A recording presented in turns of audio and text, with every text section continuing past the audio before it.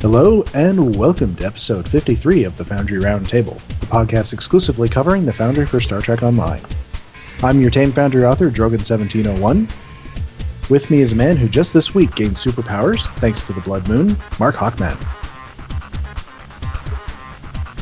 Does being a zombie count as a superpower? Possibly. Could be a super zombie. And we have a man who wanted to buy a Google Glass this week, but instead got stuck with a Google shoelace, Green Dragoon. That's the secret, though. The shoelace is better. But still in beta, right? Are you kidding? We could be It's that Google. lucky. And we had a man who will be performing Faith of the Heart, likely at gunpoint, later on in the show, Hippiejohn. That is very much not true. That is the worst thing that ever happened to Star Trek, and it's not going to be sung. And anyone who attempts to sing it or quote it, I have mod powers in that chat room now, so be careful. What have I done? Yeah. Well, let's see. We actually have quite a bit of news to get through this week. You've got some notes there for news. Green Dragoon, why don't we start with yours? I have some different ones as well that we can do afterwards. Okay. So first up is Foundry Challenge 9, the Mirror of Romulus, has actually closed for entries. Yes, indeed. Well, it's 10 p.m. Pacific time today. Yep. Today being Wednesday, the 16th. I was looking through, and it looks like we've got between 12 and 15 entries. Mm-hmm. They haven't made a post yet about anything like, the official count of all the missions that are actually live. Yeah. Well, I mean... So I have a feeling that because we've got, 8 days, 6 days until we're going to experience Foundry downtime that's probably not just for authors. I have a feeling that they're just going to not say anything and then announce the play period when we come back up. That's certainly what possible. I would. And I mean, it's also Smirk's first challenge, so I mean, we can cut him a little bit of slack and not getting things up right away. Yeah. And so, he probably set this up, the time frames, before he knew exactly when Season 9 was launching. That's true. They hadn't announced a... we're not seeing video. That's what happened with that one challenge Brandon did near the season break. There was no way of knowing when it was going to launch. So, yeah. Dragoon, we're not seeing video on this stream. Oh, sorry. Right now. Or just wait for it. There we go. So, yeah, I mean, I made an entry. It's called Straight Through the Mirror. KDF for KDF Romulans. It's got one play from somebody I can't see right now, but I checked it earlier. Had one play. Somebody liked it. They liked the vicious epos, mirror epos that I had. They kind of caught what I did, which is essentially, I was taking it seriously for most of it, and then just threw in something for a little bit of fun. So, I don't know, go give it a play. Don't vote for it. I don't want to win. I just want to participate because I liked doing it. So, I guess, we will see who else has joined. I think one of the nice things about this is it's going to get us some more Romulan missions geared for Romulan players. Yeah, Negus and I were actually talking about at least 2 or 3. He was kind of lamenting the lack of Romulan missions, and I was pointing out, it's like, do you have a Romulan-themed challenge? And so, I mean, under the next bit of news that we can talk about is that I started a list for Romulan missions geared for Romulan players, down in the mission section of the thread, or of the forums. So if you have a mission that you have built for Romulan captains, please post there. Post the details. Your @handle, mission title, faction. Whether it's KDF Romulans, Fed Romulans, and a little summary. All of that, and I will keep updating the original post with that. So we just have a one-stop shop for people who want some Romulan missions. Nice. I mean, it's definitely something where it's very hard for players to find Romulan missions. Oh right yeah, now. absolutely. Despite the lack of tech, Cryptic, we're doing it anyway. Mm-hmm. Well, that's what we do. Yeah. We don't care if it's officially supported. We're doing it anyway. So what's next on your list? Foundry Downtime is coming. Yes, indeed it is. We did get confirmation over Twitter of that from Captain Smirk, that there would be some. He didn't give a time frame, but we do know some is coming. As a general rule, I always say expect 3 weeks. Yeah, and no matter what they say, expect 3 weeks. Yeah, and it takes that long just to go through and republish all the missions. And there are a lot of them. Mm-hmm. Hundreds of thousands at this point. That said, expect about week 2 to start having the Foundry Blues set in. The natives will start getting restless. Yeah. That is actually something that I don't think we've ever really mentioned before until they start to set in for people. We've never really started talking about the blues until they have set in already. So yeah, you will get really depressed and really angry around about week 2. These symptoms are normal. Try to control. Yes. They can be mitigated, I should say, with Neverwinter Foundry, or a lot of times Foundry is still up on Tribble, so there's that. Yeah. So that kind of gets into what are some of the things that they can do to prepare for the Foundry Downtime. Well, one of the things is that the guys from Cryptic always say is don't take down your missions. Yeah. Because you want to have some missions up so that you can go run them when they get through with the republishing process to see if there's anything wrong with them. Yeah. If your missions aren't up, and they don't go, you can't see them after they go through that republishing process, so you don't know if anything's going to be wrong with them because they won't turn on editing for a little while afterwards. Yeah, and the sooner we get in and test, the sooner we can catch any bugs that may have crept up. Mm-hmm. So I do want to address the devil's advocate part of that, which is, personally I agree, keep your missions up, but I know why people take them down. It's because they do not trust Cryptic. Because people have left their missions up multiple times during season breaks, and the company has told us, don't worry about it, people aren't going to be able to review them. And then all of a sudden, for a month and a half, people are dropping 1 stars on missions that are broken that people can't fix because there's no editing turned on. But even though we were told that reviewing would be turned off, it's still on. But as I recall, that's actually happened, twice? Twice. I mean, it happened during season 4. The first time we went through a season downtime. Yeah, season 4 was kind of the, and it happened the last lesson learned. They learned from that, and then there was one season where they said they were going to, and it didn't get turned off. Yeah, that I think was last season or the one before. Yeah, it was 7 or 8, one of the two. It wasn't 8. Yeah, I think you're right. I don't think it was 8. I think it was 7. Yeah, I but think in any it was case, obviously, and it was a mistake. And that's it. I mean, it certainly could happen again. Is the problem? But I advocate trust them. It's happened twice, and all the times they've had to turn it off, it was a mistake. Mistakes happen,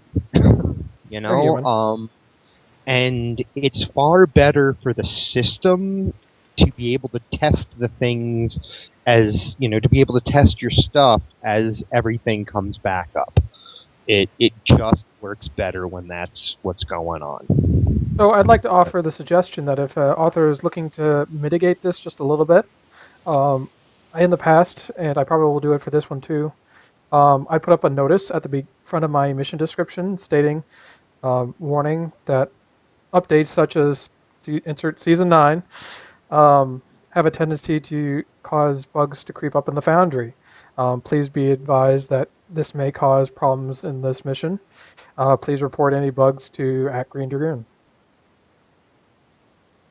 I don't know that everyone will read it, but at the very least, I mean, But the people you who can be do. guaranteed that not everyone will read it.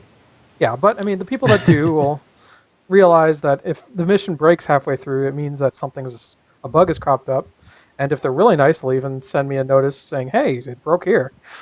Yeah, I had not thought And about of course, doing that. the other thing you can do is once it is fixed, contact people who, if as long as you don't have just an ungodly amount of them, contact the people who one-starred you and say, "Hey, it was broken for downtime. It's fixed now. I invite you to run it again." Yeah. No rage though. Probably best not to say, "I demand that you run it again," and 5-star it, and give me dilithium. I will say that I have emailed people who one-starred a mission because of a bug or something like that, and once it was fixed, I explained the fix and said, please, I invite you to play it again, and I've gone from having a 1-star to a 5-star, so Yeah. it's not a bad idea to get a hold of some people.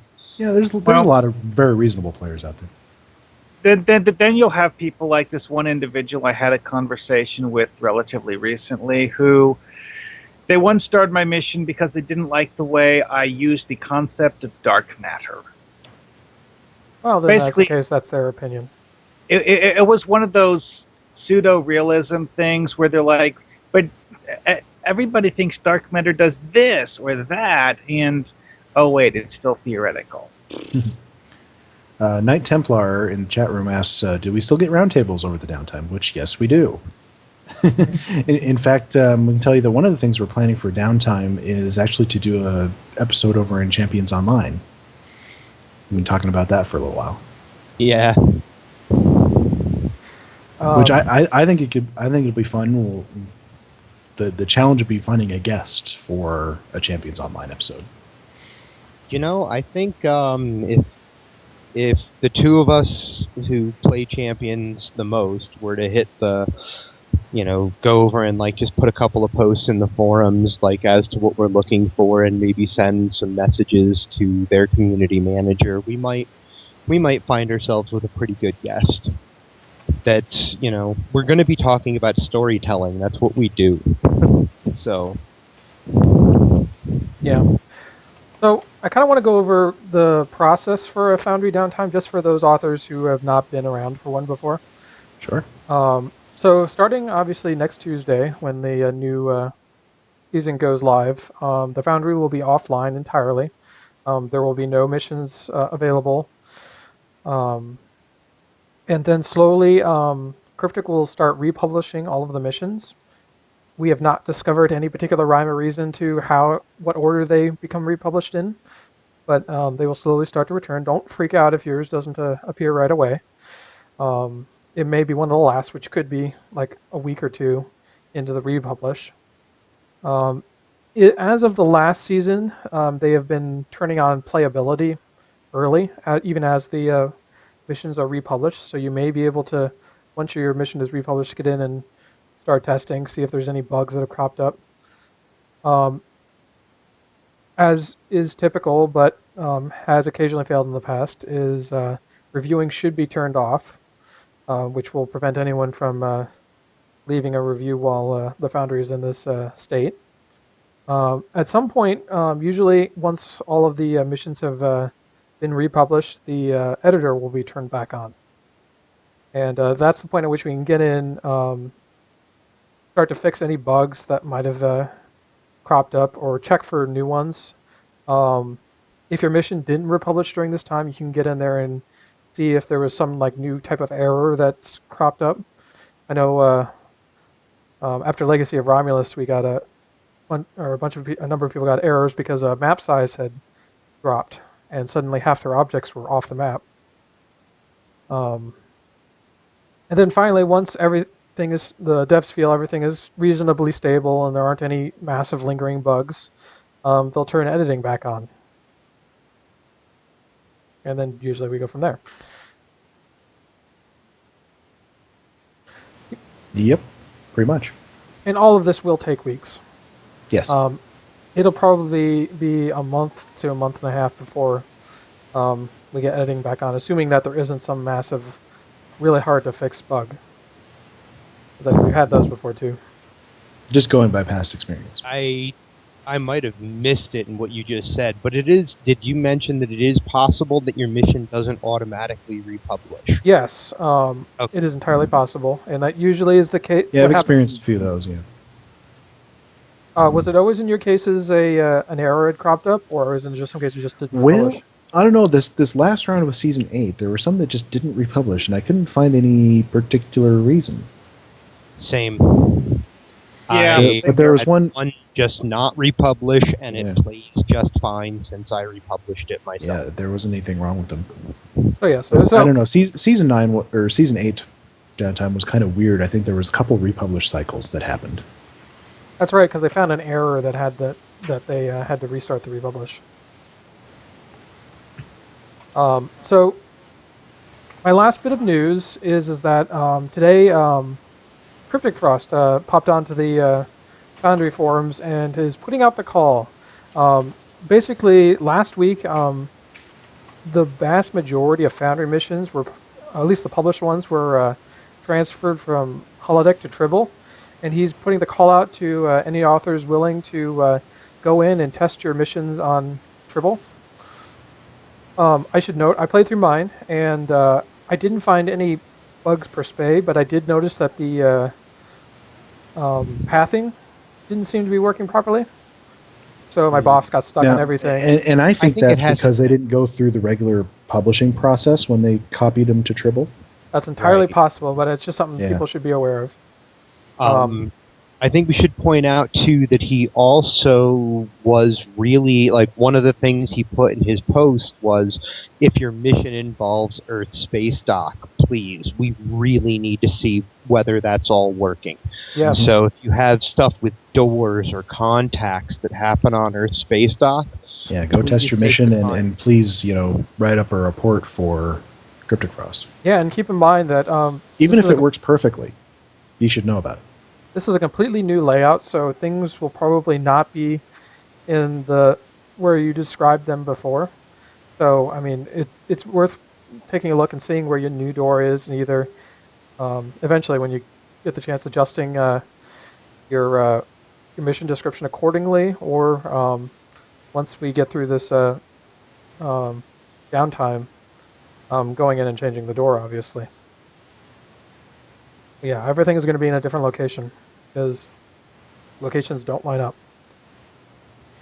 And I think there are some that don't line up currently. Because when I tested mine is supposed to start at the door to the lower levels, right by Admiral Quinn's office. When I loaded up, it was set to something called entry door, and that didn't appear to be anywhere in the Foundry. Or, on that map, didn't appear to be anywhere. So I think I will have to set a new door for that one. Yeah. Which really isn't that big a deal. It's just something people are going to have to know about. Yeah. Because I don't think the turbo lifts are, the ones that take you to the lower level, I don't think those are set as doors anymore. right? And I think what it is that there's going to be a couple of instances like that because there were so many doors on Earth space dock, and it's possible not all of them transferred, even if they tried to get all of them. Mm-hmm. Let's see. There are a few people who did post in that thread already. Let's see. Obviously, the terminal across from the transporter room, the console, has moved to the conference room now.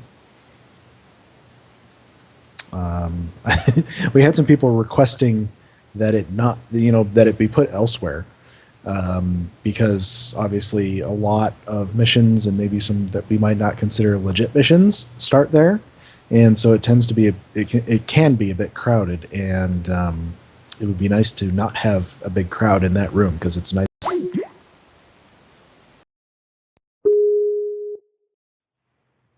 So I dropped the call for some reason. What? Are we back?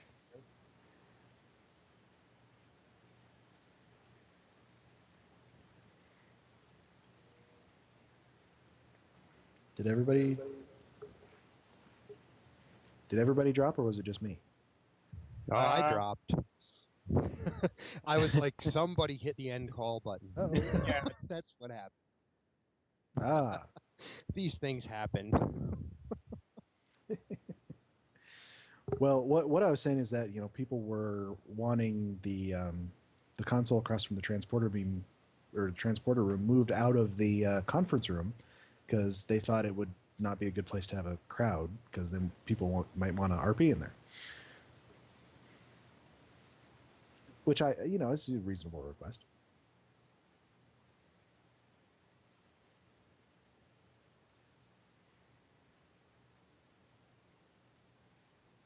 So apparently our audio suddenly got really low.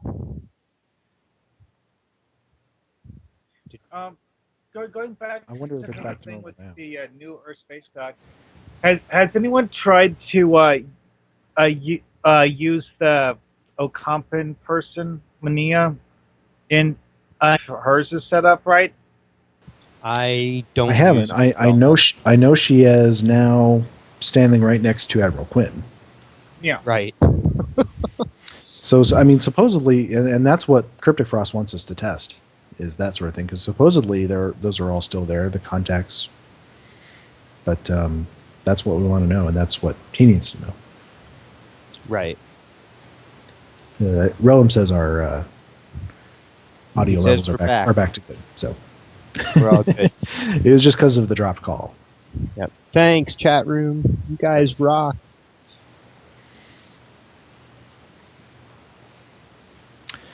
Sir Boulevard says Linnea is set up right. Cool. Which, speaking of new Earth space dock, Sir Boulevard brought up something on Tribble today, which was interesting. Apparently, this last patch, they have now changed the NPCs to have the new Jupiter uniforms and sort of different color variants of that. So that's sort of becoming the standard uniform. I thought they said Odyssey, didn't they? Yeah. Oh, no, not Jupiter. Sorry, Odyssey. Yeah. I don't know what I was thinking. Yeah, the Oddyssey uniforms. And Thomas the Cat is even going to do a little color guide for people who want to follow that. And he said they may do it out, expand it out to the rest of the Starfleet officers in the game. However, there's a problem with this because we can set these people as contacts and they'll have the new uniforms, but we don't have access to the Oddyssey uniform in the Foundry. So people who want to be consistent with the rest of the game, they're going to have a little bit of a hard time. I mean, not everybody wants to do that, but some people do.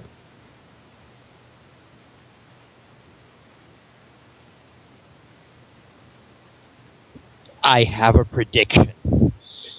I predict that it is going to be overlooked because were all of the ones that they changed that are contacts. We're going to be able to grab that contact in their new uniform and put them on a map. And they're going to feel like the people at Cryptic are going to feel like that is good enough, and it may not make its way into our editor for creating custom tunes. That's my prediction. Well, and I wonder about even those NPCs, because I think they're sometimes just copies. They're not the actual. It doesn't go for the NPC contacts that we have in there, the pre-made ones. It doesn't go fetch those from somewhere. It's they're copies that were put into the Foundry, and they don't get updated because the Scimitar contacts have not gotten updated. True. They didn't update automatically. The ones from the NPC groups did, but the ones in the contacts, the single contacts, didn't. But I guess we'll have to see. And I may go on Tribble after we're done here and check it out and see. Maybe one of those things that we just kind of need to bug them about. Sir Boulevard says that on Reddit, Thomas the Cat offered to go talk to the character artist about adding it to the Foundry, which would be totally awesome if he did that for us. Thomas is a cool guy.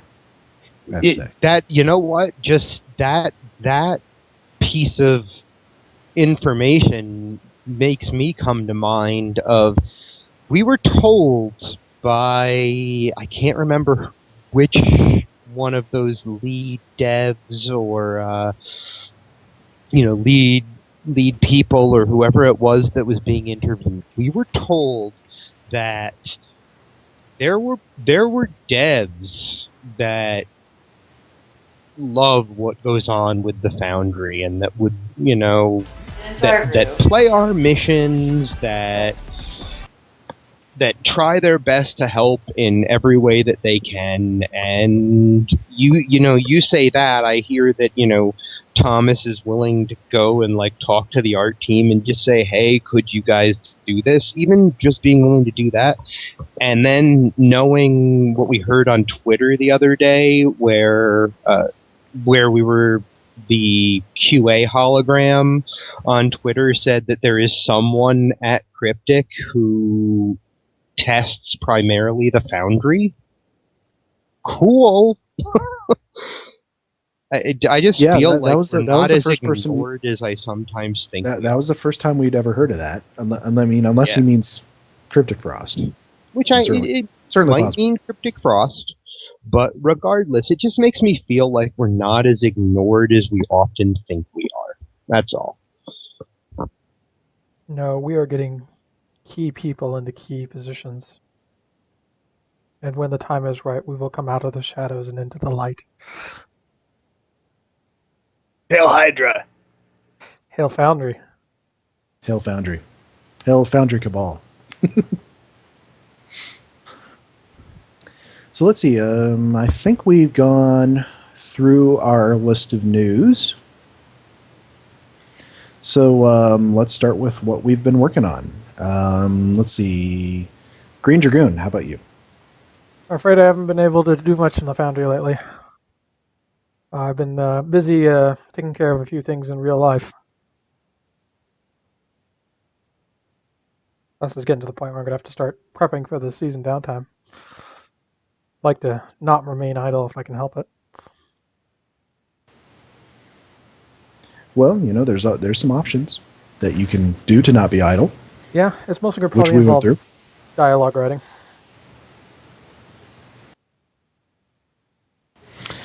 All right, Markhawkman, been doing much in the Foundry lately? I haven't been able to find time to actually work on anything lately. The only thing I've done that's really all that interesting is I decided to make a bad guy using a modification of a Saurian costume. And I found that when you make a Saurian really big and really bulky, they actually look scary. Apparently the cryptic NPCs tend towards the slender and lightly built side. Who knows? Yeah, I certainly hadn't thought of that. Let's see. Well, I obviously was probably further behind on my challenge entry than I should have been. I should have been more diligent over the weekends. So I was working at a sort of frantic pace to get it done, and probably still didn't get some things done that I really should have or wanted to. Had I had a little more time on it or been a little more diligent on it. So, I was working all the way up to this morning. Had a few more triggers to set right this morning. But I did get it done, did get it published, so it's in the challenge. I probably go through this with every mission where I think to myself, this is not my best work, this is terrible, why am I even doing this one? No one's going to like it. So, I always have those sort of crisis of confidences. I don't know. Do you guys go through that when you're making a mission? Absolutely. I think that I'm the most unfunny person in the world before I push publish on a mayhem.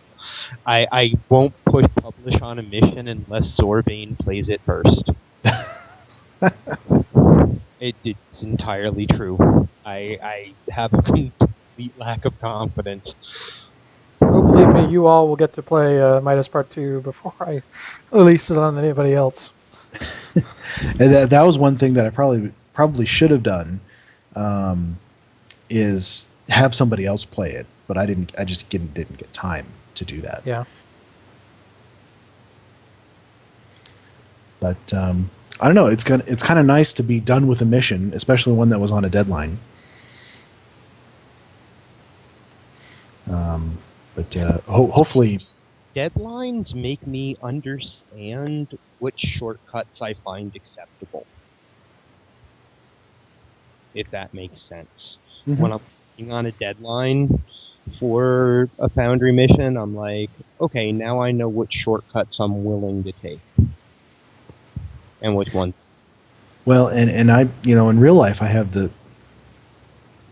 always work better when I'm on a deadline.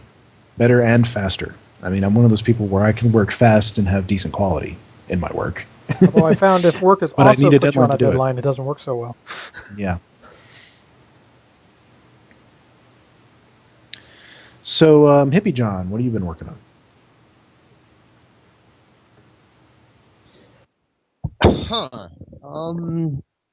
I've been working on an idea that a couple of people, at least that I've, tried talking to about it, have probably a good idea of what it is that I've been doing. But I guess after the downtime, I'm going to be working pretty closely with Drogon here, trying to have two authors work on one mission. And I think I have an idea how it can work, and Drogon is volunteered to work with me on it. It's the thing I was talking about last week, where I said I wrote a script and I just took my blinders off and said, you know what? Just because I don't know how to do this doesn't mean that it's impossible. So I've come up with a mission that is literally, hopefully, from the mission giver, full of choices. And I hope that I am capable enough with the dialogue trees to have scripted a mission that makes those choices help the player feel, at the very least, like he has had a different experience than someone that made the other choices. He or she has a different experience than someone who had made the other choices. And that's kind of what I'm really working on right now. Some of it, as I've been moving the dialogue, and some of the script and description and such over to a Word document from a notebook. I'm editing myself as I go. Obviously, that just happens. So, yeah. Should we wait here a second? Dragoon says the broadcaster crashed. Yeah, it's sort I of just crashed. noticed we haven't. Yeah, our image is just hasn't changed. Yeah, I've got a crash report sitting here, and as long as I didn't click it, it's still broadcast audio. So I was debating on whether I want to try and restart the stream and have to deal with two recordings. Oh, that's true. Well, we weren't doing anything terribly interesting on video this week, so No, I think really. I think let's just push through. Yeah. You guys can still hear us, right?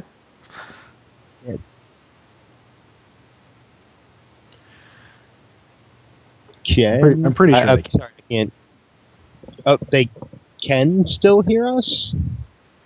Yeah. I think so. We're streaming audio and we have a still frame. That's okay. I just wish we had a better frame than me sitting on the being all Sitting on the podium. sitting on. You know, if you sit on there too much, you'll get stuck like that. Yeah. All right, so they can still hear us. So let's take a minute and talk about this collaborative idea. Essentially what we got here is that Hippie has written a script or is still writing. I'm not sure where you're at exactly in that. I would say 90% done, because as I said, as I'm moving it from the notebook, like the dialogue, and it's written in sequence in the notebook, it's just I'm moving it into a Word document to share with you. Mm-hmm. And in that case, I'd say it's 90% done because as I'm transferring it, I'm You're editing revising. stuff Yeah. and revising it. So, I fully expect that once you get a look at everything that I've done, you're going to be like, I have these ideas, and then we'll be able to, then you and I will be able to sit and just toss ideas back and forth, and from that, I feel like the initial idea will bloom into something even bigger than it was to begin with. And essentially, once we've got that worked out, I'm going to do the actual sort of building of the mission. Yeah, I don't trust myself with triggers, and trust myself with being able to make the maps that I see in my head and make the things happen on them that I see. I got a map that's like 80% triggers. Yeah. Oh, I just put a map in mine that has, I think, over 350 triggered objects. All of them explosions.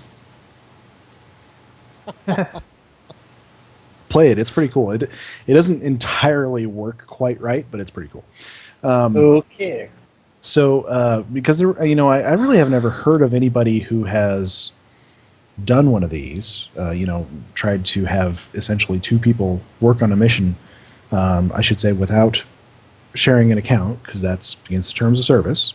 We won't have any cross-accessing of accounts. That in the chat room was, well, how do you plan to do that? And I was like, I am happy to do the thing that I feel like I am able to do really well, which is write the script and work the dialogue trees and lay them out in a way that's really understandable.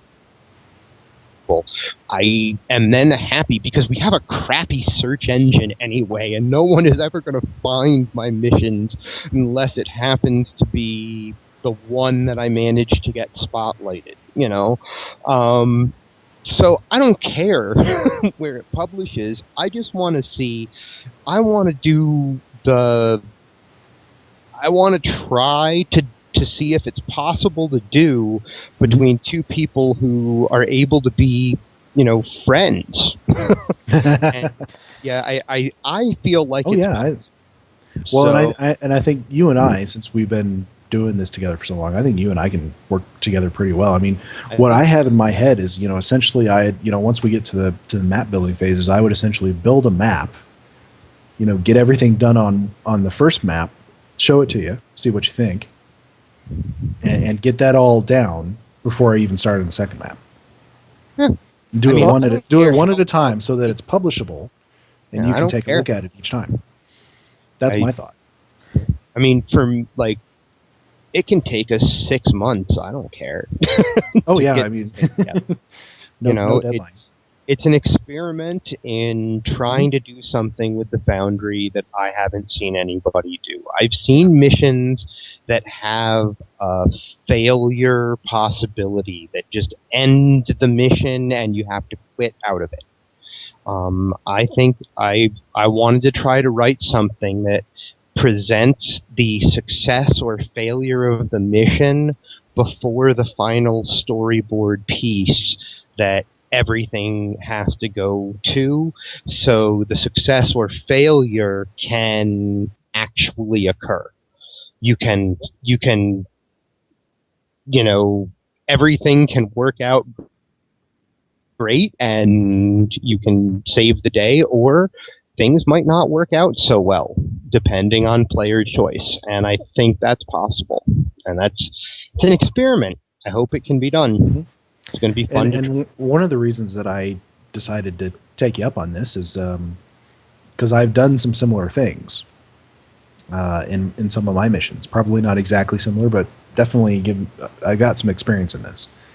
And then the other reason, of course, was because it's a bit of an experiment, and so we can kind of talk about it on the show as we go through the process and how it's working. We can give people advice on if anybody else wants to do something like this, things to do, things to not do. Mm-hmm.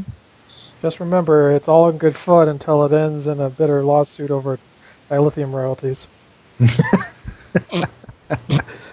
You know, as long as Rogue Enterprise will invite me over to his condo to swim in his dilithium pool, I don't care. Why, did you ghost write any of his missions? No. That we know I actually of. don't care. I don't. The first rule of ghostwriting is you don't talk about ghostwriting. I guess what it is I'm not a player who feels like I need to have currency in the game.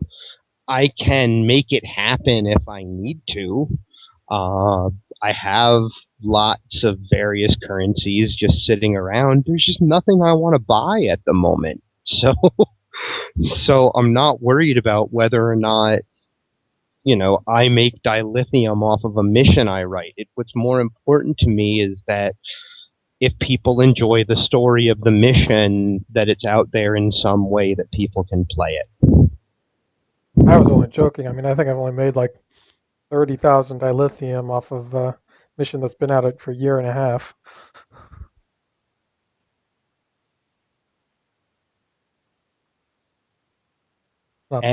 And also what it's shameful how much dilithium I make off purity, so I'm not even going to say. Mountains. It's mountains not of the stuff. Yeah, dilithium everywhere. You could power a fleet of starships. Yeah, considering it only takes one crystal to power a starship, and actually that's not even where the power comes from. Well, one thing to It's sad consider, that I know though, that. is that the crystal used for the focusing thing has to be, like, perfect. And if it's not, then, bad explodey things happen.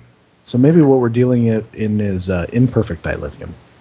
Well, you remember that one episode where Kirk and had their the dilithium crystals from the Enterprise stolen, and Scotty had to make a substitute that he was only able to keep working for a few minutes. He used like regular raw natural crystals to get the thing to work, and that didn't work very well. So It was one of the old Klingon episodes, if I remember right. Yeah, it was Ellen of Troyes. Is it? Because that was her necklace. Yeah. I don't know the old original series as well as I do the other ones. The Klingons were on that planet because they wanted its dilithium. Stupid mute button. I was like, Alon of Troyes, it's one of my favorite episodes. And Kirk at his worst, actually. And it's your favorite. That's funny.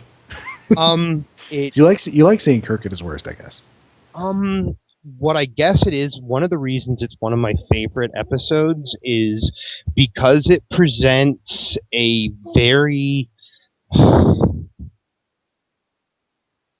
harsh take on something that a lot of people don't see when they look at it. And I see a really horrible thing happening in that episode that I don't hear a lot of people talk about. I mean, that episode is all about the slave trade, and unfortunately, the Federation in that episode is enabling the slave trade. So it's a really interesting episode, and it's one of those, to me, it's one of those very moral quandary episodes that's a lot of fun.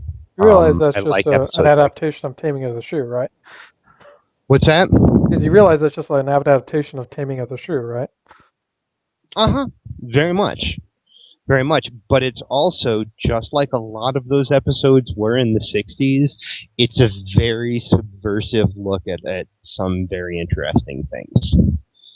It's definitely one of my favorites. Always has been. So, let's see. Green Dragoon, you've got a mission review tonight. Yeah, first one in a while. Woohoo.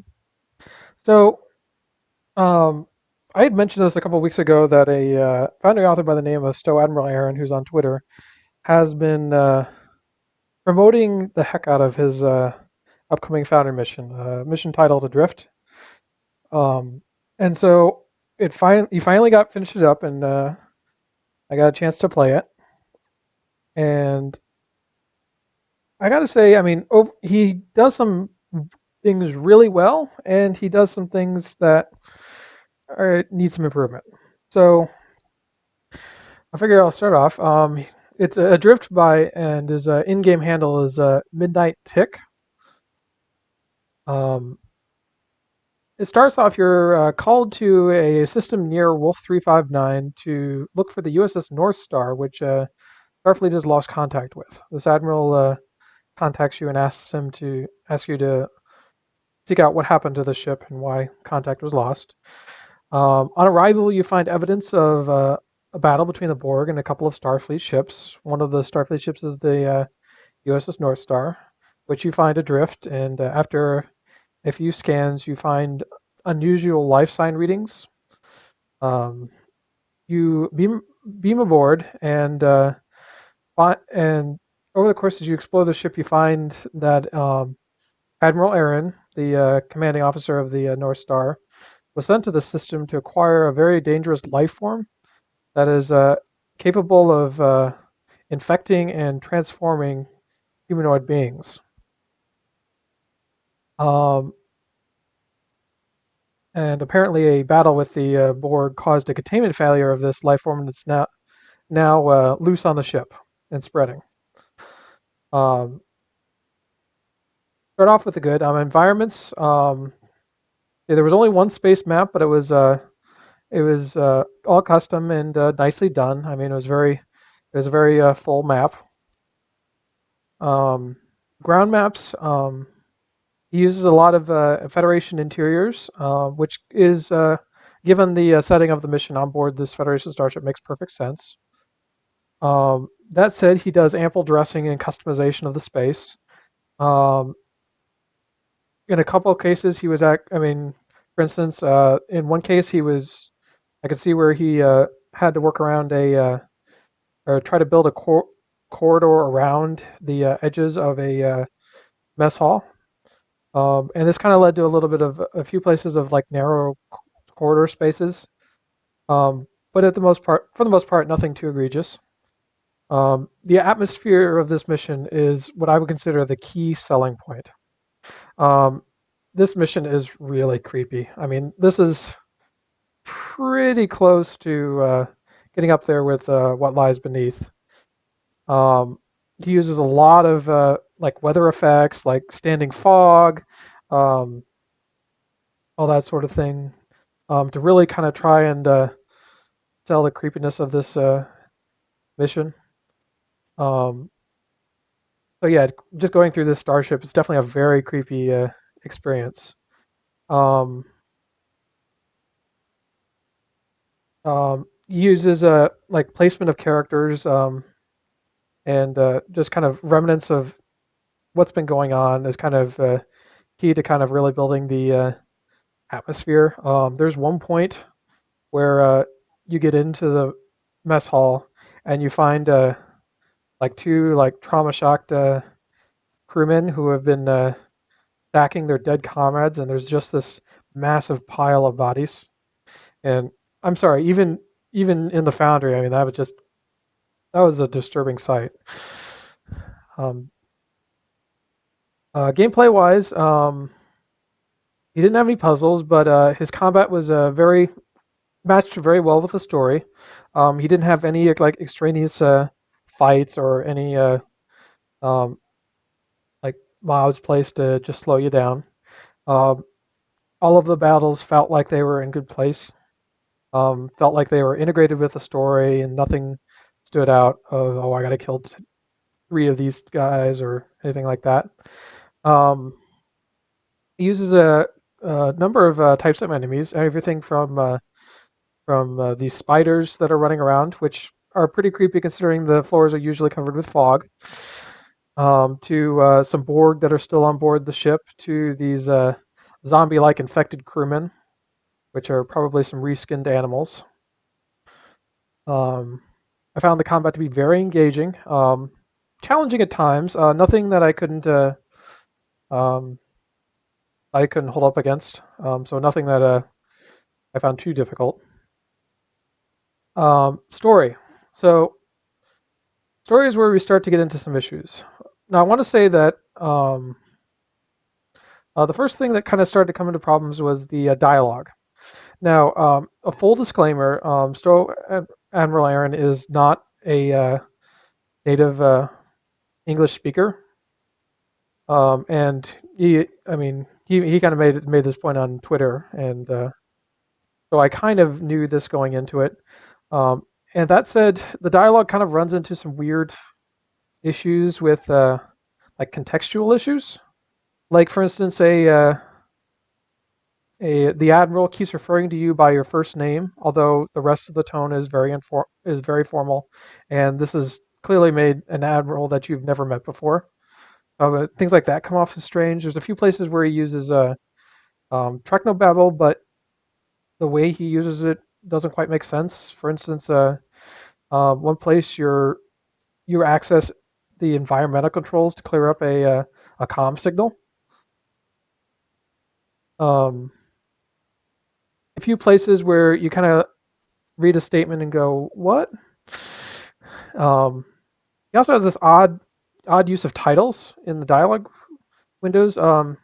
He gives like the dialogue, whatever the dialogue chunk is, a title like you would a title of an email, like a subject of an email. So there might be like some dialogue saying, "Sir, the force field is failing in this section." And then the title of it is "Oh no." So that kind of come off as weird to me. In a couple of cases, he kind of makes assumptions about the player, or what the player would do, and you kind of get railroaded into a specific decision that isn't always something that I personally would do, or how I would react to a certain situation.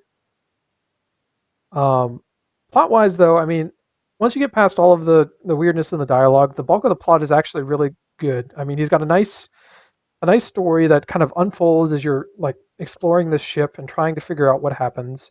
And so you're given pieces. You find logs that kind of set things up, and then you start to piece together things that are going on, what the crew is doing to try and combat it, and what happened to the captain, and all of this stuff. So he does a decent job, and especially considering this was his first mission, he does a decent job of kind of pacing out this exploration of the ship and really building the story as you go through.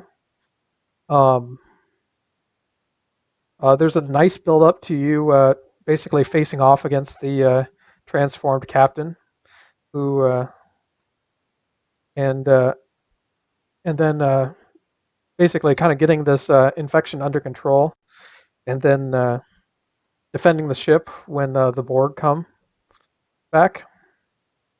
And so all of that works really well. In fact, he has this really cool transwarp conduit that he brings up in the final battle, and you have these Borg ships emerging from it, and it all works really well.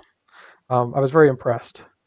So I kind of mentioned it at the beginning.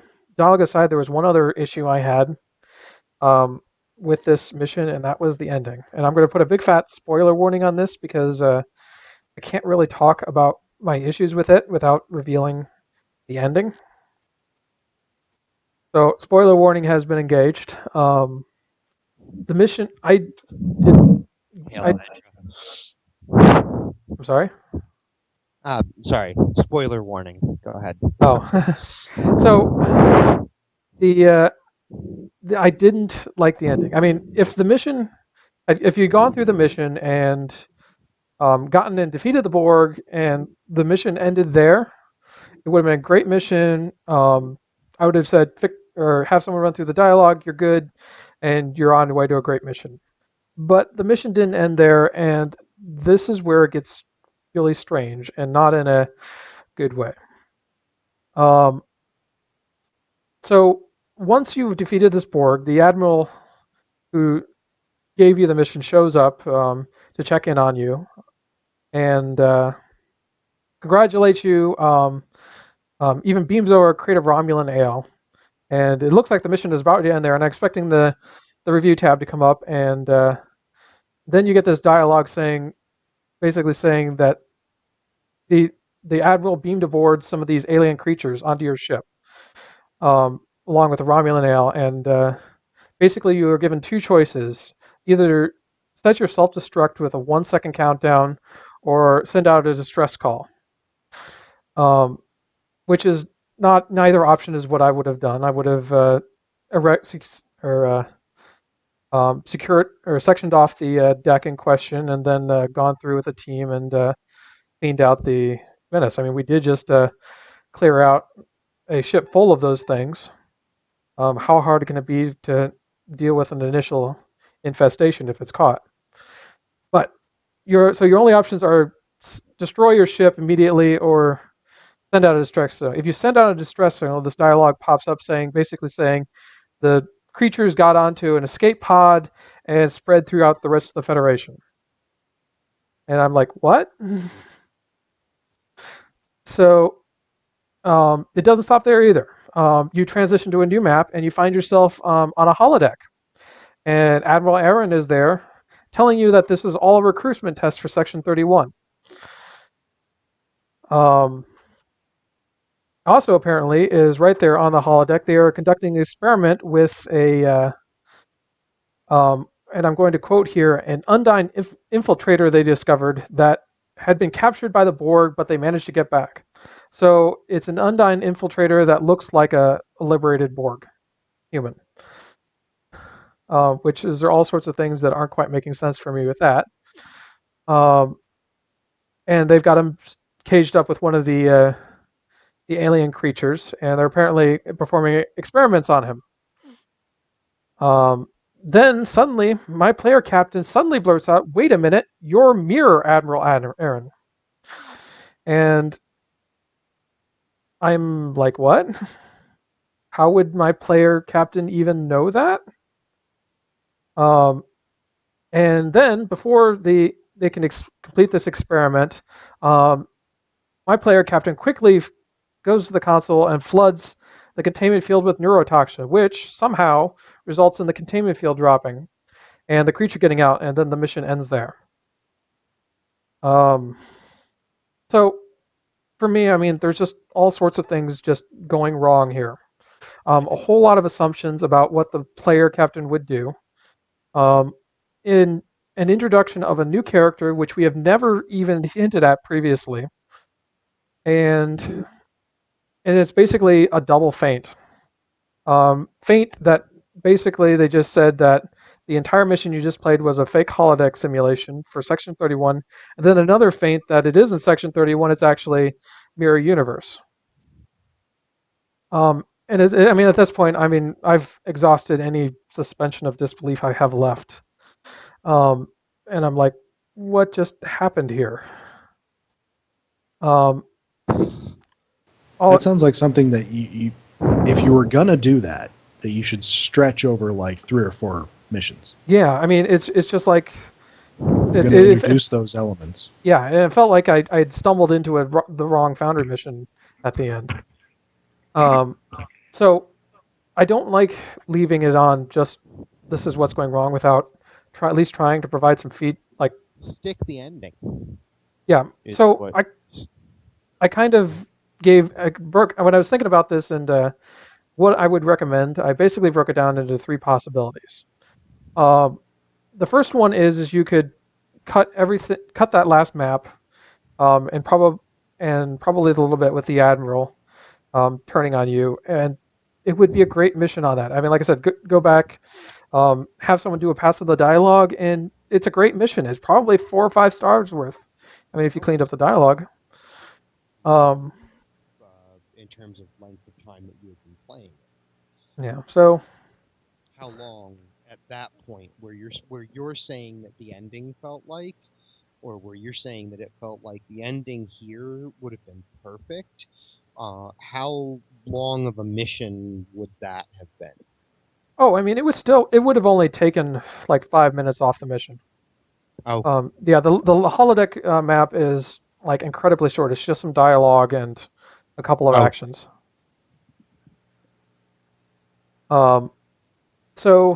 But I mean, Admiral Aaron and I were kind of chatting on Twitter a little bit, and it definitely sounds like he's got big plans for like a series going off of this.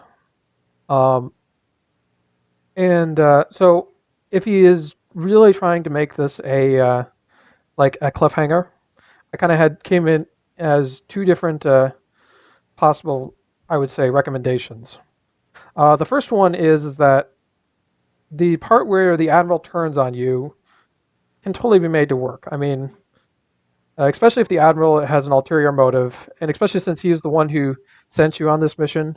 If he is like trying to take this alien creature for his own nefarious purpose, and then try to basically doom you to silence you, and he takes off, that works perfectly. You could cliffhanger it right there.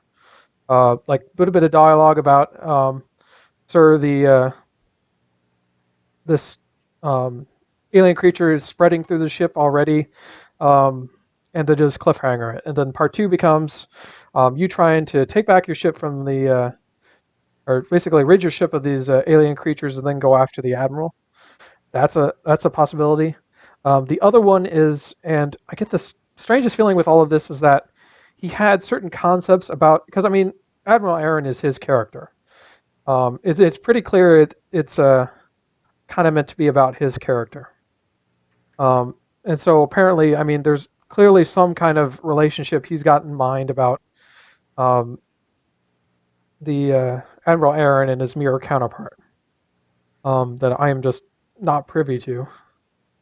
So in that case, if you really wanted to keep the concept of the Admiral, still cut the holodeck scene. I mean, it's not working, but make it something along the lines of, because I mean, at the end of the mission, you're basically defending the North Star from Borg attack, and everything seems to be under control. You could probably do something where Admiral Aaron appears to take a ship and flee with the creatures, or something along those lines, and then in the second part reveal that it was actually his mirror counterpart. But yeah, that's something that, I mean, as you mentioned, Drogon, that's something that kind of needs to be developed over a period of time. So those are kind of my two recommendations for what he could possibly be done with the ending. Obviously, I don't have any idea what he was planning for a part two, so I can't really make any specific recommendations of how to transition it better, other than to offer a couple possibilities. So what occurs in my mind here, and it's a question for you because you've played it and I haven't, is it a case of, because when I heard you say, how would my character even know that this was Mirror Admiral Aaron? Yeah. During the course of the mission and the play that you had up to that point, do you have experience getting to know the real Admiral Aaron in any way? Or does he only appear there at the end? Because if you don't know, that would be where my suggestion, totally blind, would it benefit from you get to know who the real guy is first? You never get to know him personally. You get a few log entries, which kind of fill in the backstory of this alien species and what the North Star was doing in that system. And you get a little bit of him from that. You don't see him until the end of the ground portion, in which case you fight him and a few other transformed crew members in engineering. And so you don't really talk to him there. And then after that, he's being treated by the emergency medical hologram. So no, you never spend any great deal of time with him. I was going to say, it sounds to me that's why it comes as such a shock, is how would I know that this guy is the mirror? Because you never get to know who the real one is. Yeah, I mean, and it's also, I mean, because there's never even a hint of mirror universe or any connection established as to where this guy came from or why he's here, until he shows up at the very end. It's like, I mean, what am I even going to make of this, because I mean, I know next to nothing about AdmiralAaron, other than those couple of log entries. That's, to me, that's actually an interesting discussion topic, is what makes the mirror universe work. And what makes it work is that we have to know the characters that are being mirrored to us. Yeah. But yeah, I mean, I get the strong And feeling. that was something that came up on the forums recently, actually, after the mirror event, is that people were saying, or one user actually was suggesting that, we need to be a little bit more invested in the mirror universe and see, have things where we actually encounter mirror versions of people we already know, like maybe Admiral Quinn or, Dr. Cooper, those kinds of people. People that we're already invested in, people we've known for, quote, known for years. And I always kind of found the mirror universe a great opportunity to kind of explore a different side, almost kind of a what if things had been different? How far can that, given a different set of circumstances, can we be pushed? And that was the fun I thought of when I went and made my first Mirror Universe mission. Most of the characters in it were mirror versions of characters I'd already created for my very first series of missions. Yeah. That was like the most fun part of it for me, was figuring out, okay, who would these people be in the Mirror Universe? Mm-hmm. Yeah. And then I created, the main villain was a new creation. And so I had the fun of figuring out, okay, what would his Prime Universe version be? And then I made a mission around that. Yeah, and I cannot stress enough that despite my concerns about the ending and some of the dialogue, this mission has a lot going for it. I don't think I've ever played a Foundry mission, with the exception of maybe Mains of Balinar Moon, that is as atmospheric, or is, like I said, just downright creepy. Yeah, I mean, there were just. You got to give him props for that, because that's tough to do in the Foundry. That is tough to do. In fact, the only recommendation I could make on his environments is offer him the tip that he can play with the lighting by swapping out different backgrounds, which can get you. And there's a few of them that has some very dark lighting to them. So you could do that to really, I mean, just nail that one in the coffin.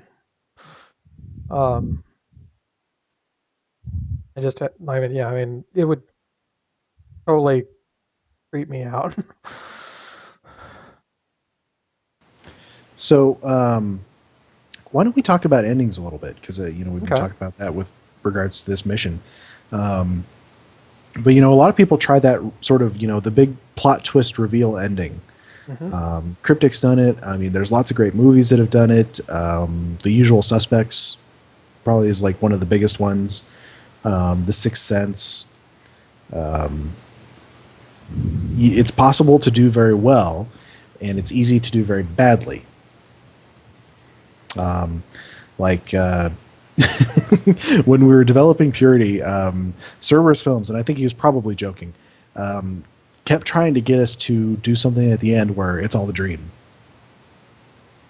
And it's so easy for that to be just a horrible cop-out. Yeah.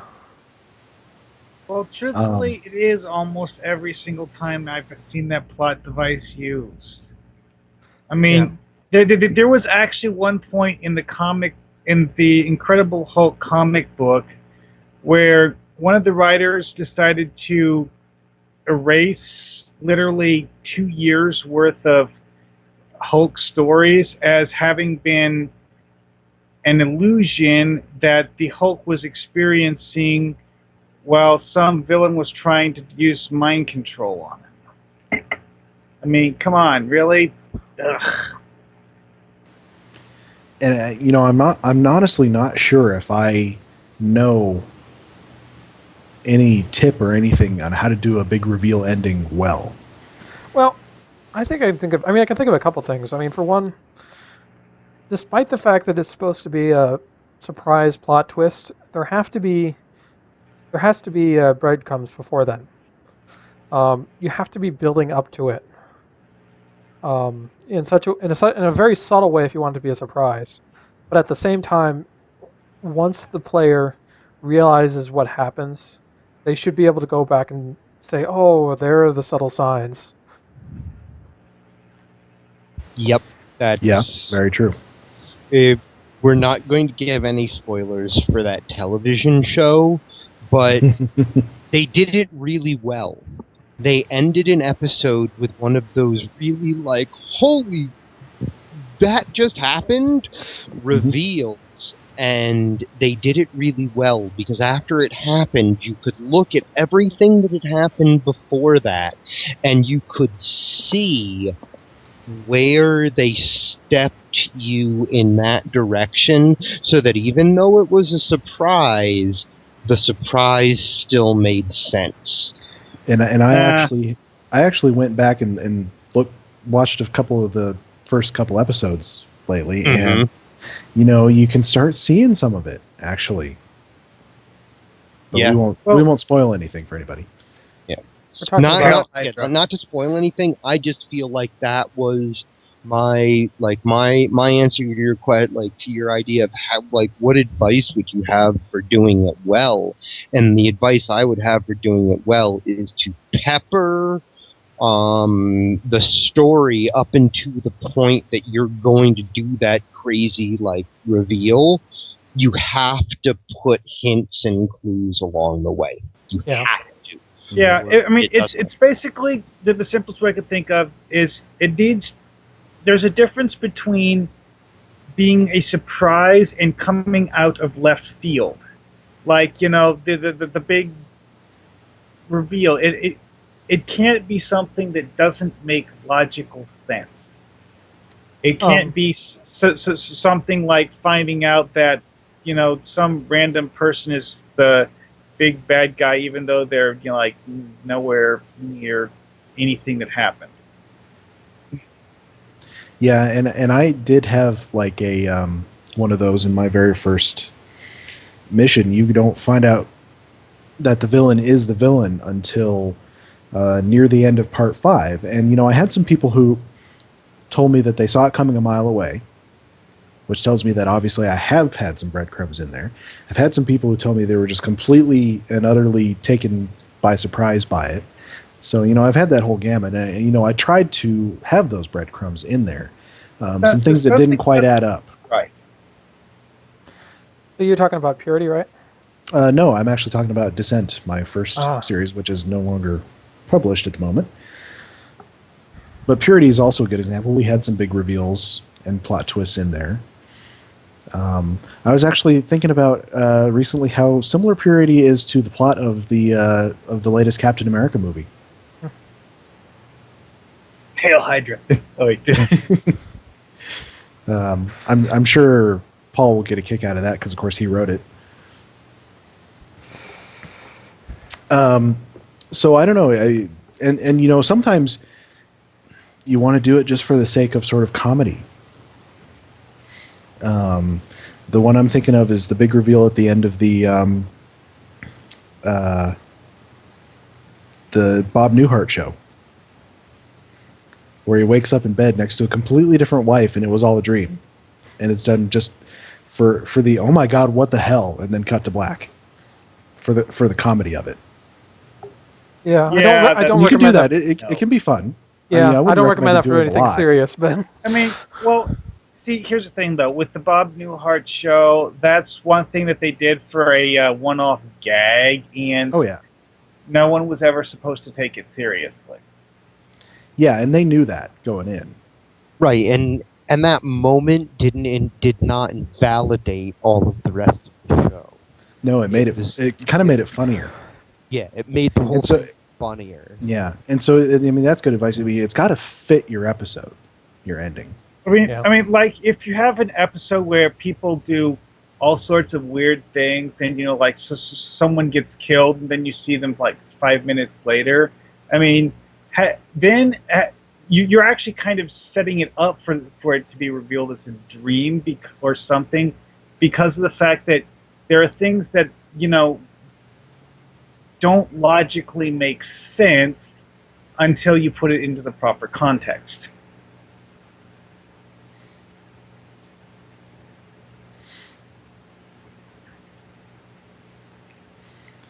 All right.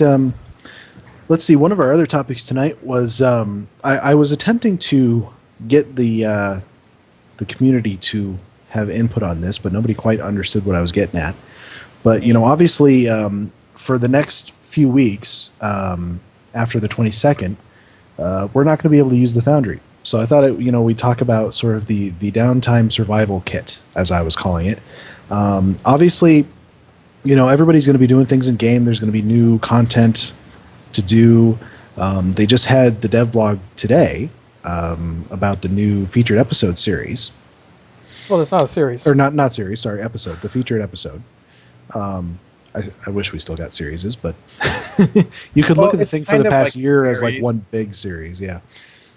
Because it's all sort of connected since what was the first Dyson one? Step Between Stars? No, wait, no. Sphere of Influence. Yeah. Yeah, Sphere of Influence and then Step Between Stars and this new one are sort of... I suppose you're right. In a way, it is kind of a series. Well... It's just a drawn out one. One of them literally ended with "to be continued," so yeah, it makes it a series. Yay, to be continued. Yeah, so everybody's going to be doing stuff in game. That's kind of a given. While we wait, and so it's like, what are the kind of things you can do outside of the game during downtime? And I was thinking, like recommendations of cool stuff to read or watch or other games to play. I mean, things like there's a great mission, or not a mission. There's a great mod out for Sins of a Solar Empire. It's a Star Trek mod that's been getting rave reviews. So if you have that game, give that a try. Another one I was Space Empires 5. Yeah, because Mark's got a mod for that. Or Elite Force, because Kirkfat's made some maps for that, and maybe some of you other guys out there as well. We'll find Kirkfat's old maps. I just recently installed Elite Force for fun. I love that game. It's my favorite Star Trek game. I still got it. Yeah. Hey, we could do some multiplayer. That game had multiplayer? Yeah. Ooh, can we just live stream one time? Capture the flag. Oh yeah, absolutely. I mean, it had capture the flag and it had deathmatch and all kinds of fun stuff. Mark has that game. Let's see. One of the other things that I was going to talk about in this segment was I recently started watching a TV show called Arrow. It's on the CW. It's based on Green Arrow comics from DC Comics. Yeah, and it's kind of like it's like not a Justice League, but he more or less does the same type of thing. He's pretty similar to Batman, really. Yeah. Yeah, except without the orphan thing. Yeah. Although he's kind of done that by choice recently. So I don't know. It's a pretty good show, and I think the CW really is actually a very good network, and they really know how to support their shows. I mean, they know how to support shows that don't get great ratings. I mean, Supernatural's in its 10th season. Smallville went 10 seasons, or maybe even 11. Something like that. And with Doctor Who, they don't actually measure that in seasons. They measure it in series. As it is with all British shows. Mm-hmm. Just a different terminology. One of the things I was looking at with Arrow is it has a very interesting story style in that a good 30% of each episode is flashbacks. Kind of Lost. So I was wondering, like, how could you do that in the Foundry? And so, I mean, these are the kinds of things that you can think about during downtime is, watch some things and think about, cool stuff that you like, and it's like, how could I do that in the Foundry? Oh, that would be a fun thought to explore. Well, that's actually the part of the reason why my development of my Adwaita incursion mission got stalled, is because that was actually a key thing that I decided that I needed to do, is that you're basically, looking at holographs of something that someone else did on a different planet in a different universe. Cool.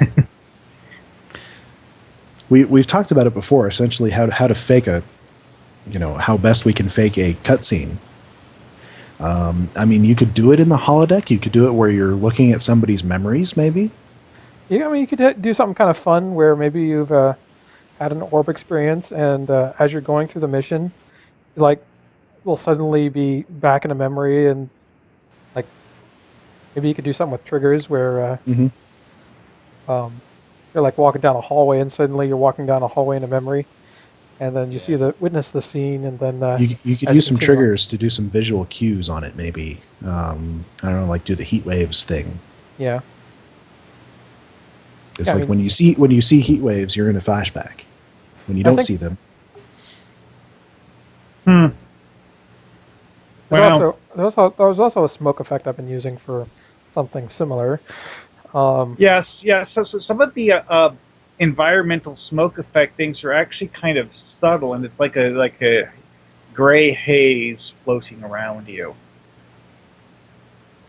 So I guess I do a little bit more than just I don't just watch things and think, how I can make that happen in the Foundry, I guess. Knowing the mission I have in mind that I'm going to be sending you, a document to look at, Drogan, I'm going to be looking at movies that replicate that sort of action, like I'm going to try to find movies that replicate the feel of the different scenes that I'm trying to convey. that's And definitely a good that's thing to do. and because when I'm trying to write something that's funny, I want to watch a lot of things that make me laugh. And I want to just expose myself to things that are funny. When I'm trying to write something that is serious or something that is trying to raise, an emotion of sorrow, I'm going to try to watch and expose something, or watch and read even. Comic books are one of my favorite mediums out there, and since I was a little kid, they can make me, feel really brave, or at times I've cried reading a specific story. So just finding ways to get movies. So do books. you have an example from this latest script?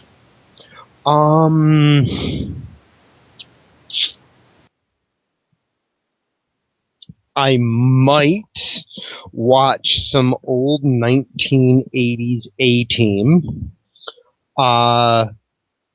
I might. Because considering that I'm going to be building this mission for you, I might want to have your watch list here.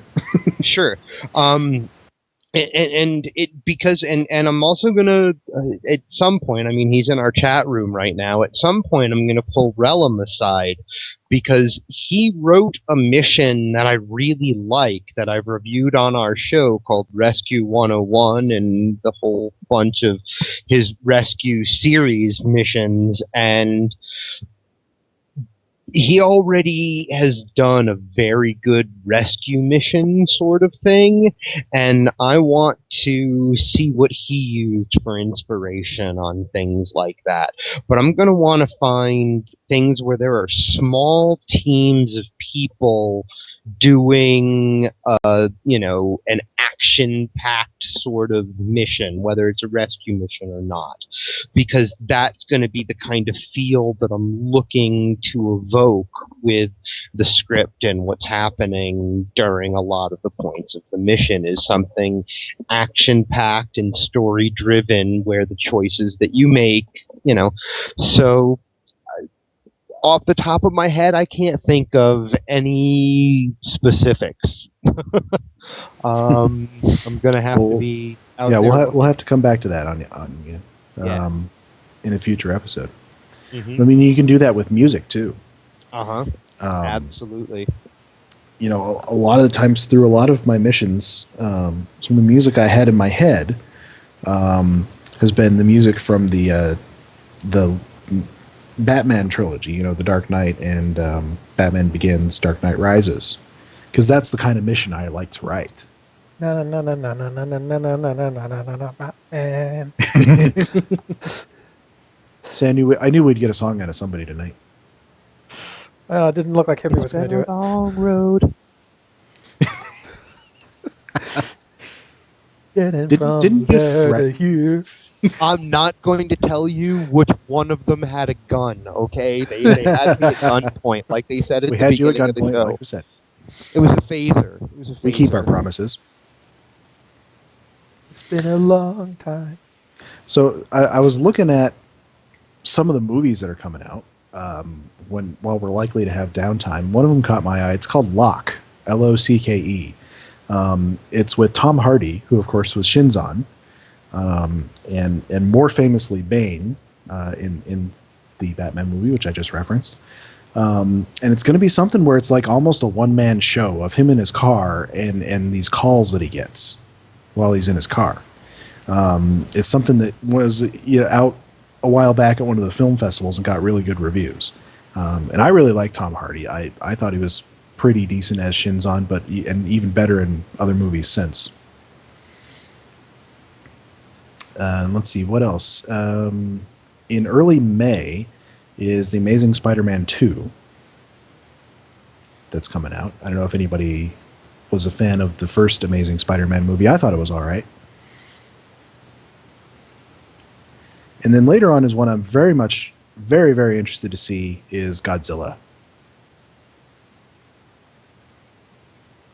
I believe that I have actually managed to watch all of the Godzilla movies, all of the Mothra movies, all of the new Gamera movies, and all but 2 or 3 of the original Gamera movies. I have to admit, I can't even come close to having seen that many, Mark. But yeah, I love my Godzilla too. I wish I knew what Hippie just said. You were very quiet there, but he said he can't come close to that, but he loves them. I haven't seen any of the old Godzilla movies except for where they were made fun of on Mystery Science Theater 3000. Oh, yes. I loved Godzilla versus Megalon. Yeah. It actually wasn't bad. It's just that the U.S. release of it was a horrible, low quality. What was bad, of course, was the 90s attempt at making Godzilla. It was pretty bad. I don't know. I just went and watched it recently. I didn't like it. Kiryu is actually, I think, officially my favorite character in the Godzilla series besides Ghidorah. Well, I'm not talking about any of the Japanese ones. I'm talking about the Roland Emmerich American one with Matthew Broderick. That one. Yeah. But it's a dinosaur with laser beams coming out of his mouth. Actually, no. They stick to laser beams. That was what people complained about so much with the American-made one, is that it didn't have laser beams.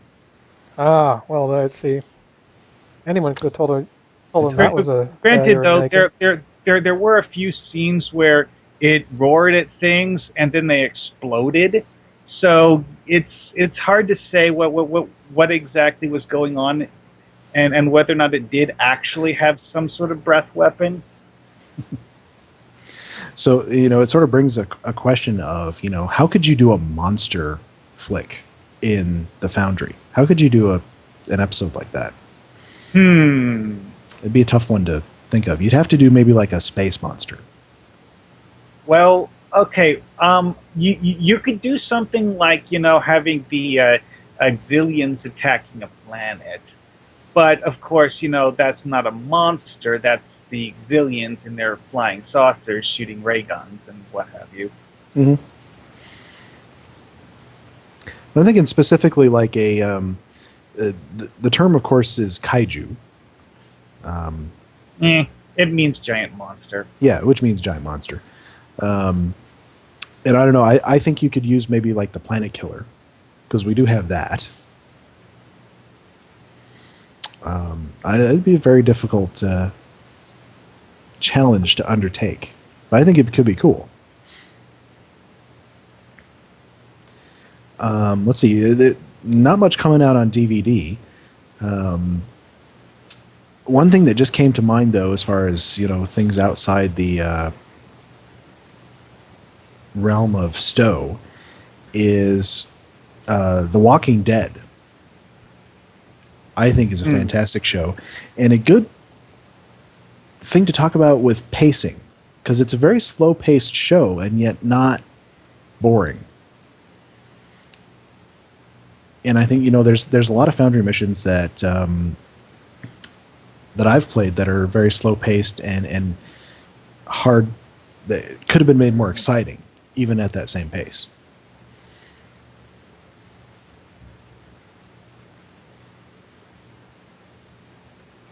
Well, And there's just dead silence. Sorry. I was actually thinking that I was going to spend my Foundry downtime by trying to write dialogue. Dialogue? Yeah. Sorry, I was just, I hope I'm a little bit louder now. I'm trying to talk a little bit louder. I was just catching up on what our chat room was talking about here, and I guess I want to take a minute to explain what I mean, because they're talking about having, how when you're writing something to evoke a certain emotional response, some people might like it, and that my take on that is there's no way to predict what someone's personal emotional response to any specific bit of stimuli is going to be. So what I none instead at all, ever. Yeah, there's no way to predict that. So what I try to do instead is present the situation itself as having an overall feeling, and if you can present the situation, like when you walk into the room and the people there, they don't have to be like, oh, woe is me with every word, but if you make every NPC that you put on the map in the room have that slump-shouldered, grumpy, or whatever it is, expression, or emotive stance, if every single one of the NPCs in a room has that, no matter what they're doing, if they're eating or standing at a console or whatever, then that room takes on a certain kind of oppressive feel. Do you see where I'm going with that? Yeah, basically. You're not. Yeah, you're not specifically saying to the player you have to feel oppressed. What you're presenting is a room or a situation that they walk into that, in its own invisible way, that you're not like throwing in their face. Like, it's the room has the oppressive feel, and hopefully, that evokes in some of your players the feeling you're trying to get across. Well, This that is reminds me of the mission I probably did a review for on the show a long time ago, but one of the things that happens in that mission is you walk into this room with a bunch of stasis tubes with people floating in them, most of which are motionless completely, and it just gives you this sort of really, really creepy feel, like you just suddenly you walk through this door and suddenly realize that you're in a morgue. I mean, it's that sort of like, whoa. That's Mark. You just with that. That's exactly what I'm talking about. Yeah, it's you're not being told how to feel about it, but once you make that realization, there's a certain feeling to all of that. It's a principle that we talked about in the creative writing classes I took in college a lot. It's showing, not telling. Is you can tell people in dialogue, says, wow, it's cold in here, or you can try and do something to show that it's cold in there. Like adding those frost mist effects in random locations. Exactly.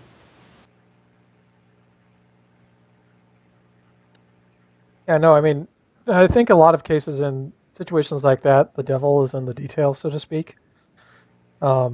It's all about giving a ton of subtle clues. and making sure that you're seeing like all of the different little aspects of it kind of support the same conclusion.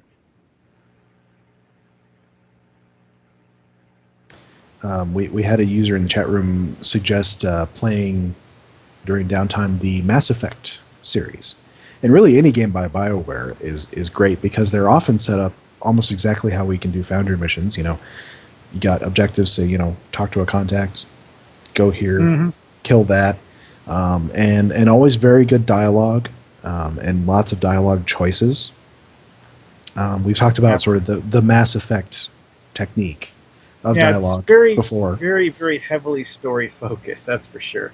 I mean, if you play something like, go and play the Old Republic, which is free to play, you'll see the quests are laid out almost exactly like we do Foundry missions, just without the space component.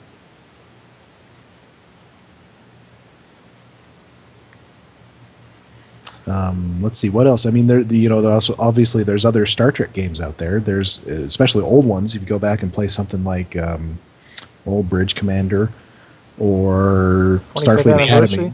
In 2001. That was my favorite. Which one did you say? 25th anniversary? No, Hippie. Oh. Away Team. Away Team. Gotcha. I don't think I ever played that one. Do you remember the Baldur's Gate style of game from BioWare? Sure. That it was a Star Trek game in that fashion.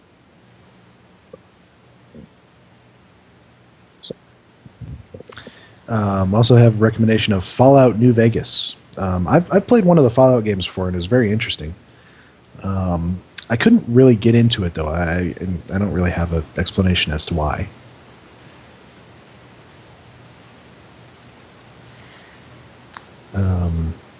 But another interesting game that I've been playing recently is I got back into Lord of the Rings Online because they're doing a bunch of updates and a new class is on the way. I know Green Dragoon plays a little bit as well. Yeah, it's very traditional MMO style. It is. You could call it a WoW clone, which WoW in itself was very heavily influenced by other ones that came before.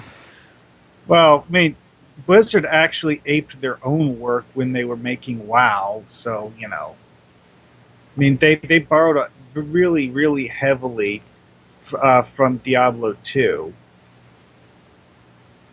Yeah, control schemes and things like that, and skills. And I don't know. I mean, even today, most modern MMOs, I mean, even like Go and Neverwinter, still have a lot of elements that are descended from that. Oh yeah. Well, I mean, there are certain things that people do because they work, like having bars where you click buttons to activate skills. I mean, it's just effective. Yeah, and it lends itself well to a high latency environment. Mm-hmm. And of course, there are the other cryptic games, Neverwinter and Champions. Yeah, nice thing there is you don't even have to create a new account. Yeah, that's true. Mm-hmm. And technically, you don't even have to have to install anything because you can just pull up your Sto launcher and there's an option in the options to show all cryptic games, and you can have it show the Champs and Neverwinter servers, and just it's even easier with Arc. Yeah. And I just thought of this, and I actually had advised somebody else to do this, is a lot of the time when there's downtime, they keep Tribble going. And, if the Foundry's hooked up on there, I would suggest people go in and play with the new head options, the complexion and face options. Yeah, if anything, we're getting those. Go and, you got some characters that you're going to want to change.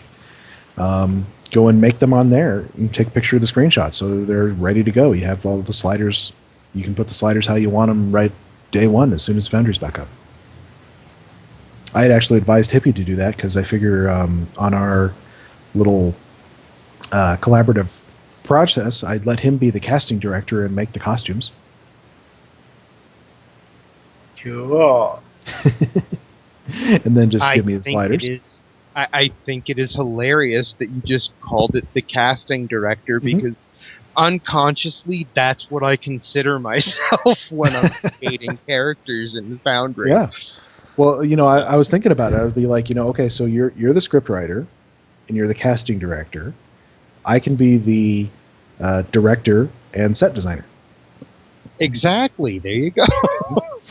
You're in charge of finding the people and writing the script, and I'm in charge of what it's going to look like and getting the people to do what we want them to do. All those new facial structures we're getting. Oh yeah, they're pretty cool. It just means the characters are going to actually have some real personality and some real differentiation. I hope. So.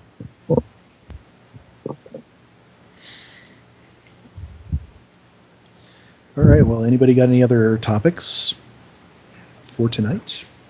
Well, one thing I was thinking about maybe possibly discussing was when not to go for the brief, summarized approach to writing things. When not to do that, yeah. I mean, because that's that's something we kind of have to do a lot of in the Foundry.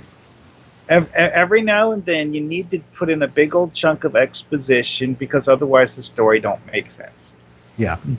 So, my general feeling or policy towards dialogue, and especially exposition-heavy dialogue, is to make it more conversational, less monologue. If you guys are puzzling out some kind of complex system, don't make it just one officer telling you about it. Make it a conversation of you and your officers puzzling out this problem and how you're going to solve it. Yeah, I often like to have discussions between bridge officers and have them interject with things. Yeah. One, it gives you a way to have longer dialogue of something maybe the captain normally would be saying, but you don't have room for in the little button. And you phrase it in as a captain, what about this? But yeah, I like, and I just had the experience of building a mission that was really front loaded with exposition, because I had to explain what was going on and who these people were up front, and I had to put all the action at the end of the mission. And then there were some places in the middle where I unfortunately had to condense things a lot just to keep the mission flowing, because obviously it was a challenge mission, so it can't be too long. And so I had to take something that I think normally would probably be almost its own mission and do it in the space of like 2 dialogue trees, which essentially is, the middle section of my mission is you have to go off and find a leader in the Klingon-Cardassian alliance and convince him to stop fighting the Terrans for a little bit and help on this mission. And, convincing somebody to not fight their mortal enemy and go along with this thing from these mirror Romulans that nobody's heard from in centuries. Ideally, that's going to take a long time, and realistically, that should take a long time. But I had no room for it to take a long time, so I had to summarize. I had to have it happen really quickly. Yeah. And for me, that's probably the weak point of my own mission. But and I wouldn't necessarily recommend other authors to do that. I think sometimes you really should write that out and have it think about how long would this process realistically take and write it that way. Diplomacy takes a long time. I'm always second guessing myself a lot of times with exposition, because I'm trying to describe these plans that are supposed to come out, and I'm always questioning myself. Well, what if the player says, "Well, why don't I just do this?" Or why can't I just do that? Or I let Swordstar ST play my mission. Why can't I just be Manuka under the enemy ship? Well, why can't they just nuke everything from orbit? Yeah, I mean, more or less. It's the only way to be sure. So I end up coming with a bunch of. I keep having to try and um, write in excuses as to why this particular route won't work. Well, I think this is probably a place where having somebody else playtest a mission is going to help, because they can, Yeah, you know, it's ask them later after they're done. You say, where did it get slow for you, and where was it going too fast? Well, Where was the mentioned story it passing you by? in the So I past, but one of my biggest flaws with writing is that I guess the best way to call it would be I have cognitive gaps in my writing. I mean, there are basic background principles that, to me, are understood, and they're just there. But to the person who's actually playing the mission, it's something they don't know, Yeah, and thus that's one of the things you need to have someone playtest and look for. Is so that you don't have one of those gaps where you forget to explain something that's actually necessary to the plot. Yeah, the player can tell you what will need more explaining, yeah. whereas you might this- not pick up on that. this topic was a tough one for me to think about when I didn't know we were going to talk about it, and so I've been sitting here thinking about when to go ahead and when to just say, go ahead with tons of exposition, or when it's necessary, or when it's okay. Because for me, I still, at least in the Foundry, I still feel like it is best whenever possible to keep large chunks of information as optional as possible. But I think that where it becomes sometimes even necessary in my own mind here is there are pieces of background that any mission needs to have, like you were saying, Drogon, how you front-loaded your mission because you need people to know who they're interacting with and what's going on, right? I mean, I haven't played it yet. What the stakes are and who the players are. Right. So to me,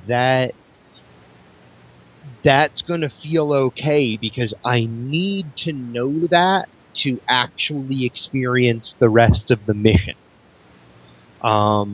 Background is where to me, I feel like people should not feel afraid to go for it with their exposition. But I do still think that using the Foundry, there are ways to do that. I like the don't let things have to scroll rule, personally, recently. Try to keep everything to the amount of characters that mean you don't have to press the down button. Just keep it on one page for people. And in some places there's ways you can sort of explain things without explaining them. Yeah. If you're coming up to something that's really technical, the actual explanation would be really technical. You could do something like, your bridge officer says, well, Captain, it's really technical, but it does this. So you don't do the technobabble explanation. You just say what it does. And if you want to, you can put in a button that says, please explain it in mind-blowing detail. Yeah, an optional button, yeah. One thing I've started doing in a lot of missions is you warp into a system that you've never been to before. You have a bridge officer dialogue that pops up, giving you a brief summary of what the system is, and there's a button where you can, read more about the solar system. So, a trick that I've kind of used, especially with part one, a lot was when I was trying to get through this exposition, I would mentally picture a scene in TNG of the cast sitting around the conference room, and so I would assign the various characters from TNG into like command and tactical and engineering, and then just I would picture, like, for instance, Geordie delivering the lines about the something about the warp core or whatever the engineering task at hand is, and then how would or the phase inducers, or some other damn thing. yeah, and then of course Data has to interject with the scientific aspect, and Worf has to say this would present a security risk or something. So I'd always kind of balance at that against the to kind of try and get my dialogue to sit right or flow right. And obviously, taking cues from the shows is a good way to go. Yeah, because I mean they See how they would do something like that. They made extensive use of that conference room. Of course, you know, even professional writers for shows have difficulty with this sometimes. I remember, I mean, we were talking about DVD commentaries the other day on one of the previous shows, and one of my favorites is one of the commentaries from Serenity, the Firefly movie with Joss Whedon. And there's one point on there he was saying how much he pared the script down from what it was originally. And he kept saying to himself, wow, you really like to hear yourself type, don't you? So, I mean, you know, if even the pros have to really watch their exposition, you know, so do we. Pretty easy, especially once you start involving technobabble. Mm-hmm. But sometimes you need it. Yeah. So, big problem though is it's one of the hardest things to stop doing. As a writer, at least for me, one of the earliest things that I had to try to get past was that urge to hear myself talk in my head. It's a hard thing to get past. It really is.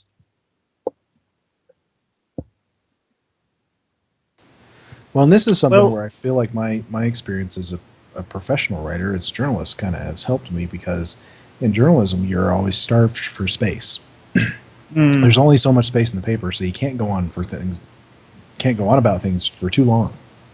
Well, me personally, I'm one of those people where I long ago developed the habit of making notes for my own use later on various things, and in those cases, I would always try to, you know, condense things as much as possible.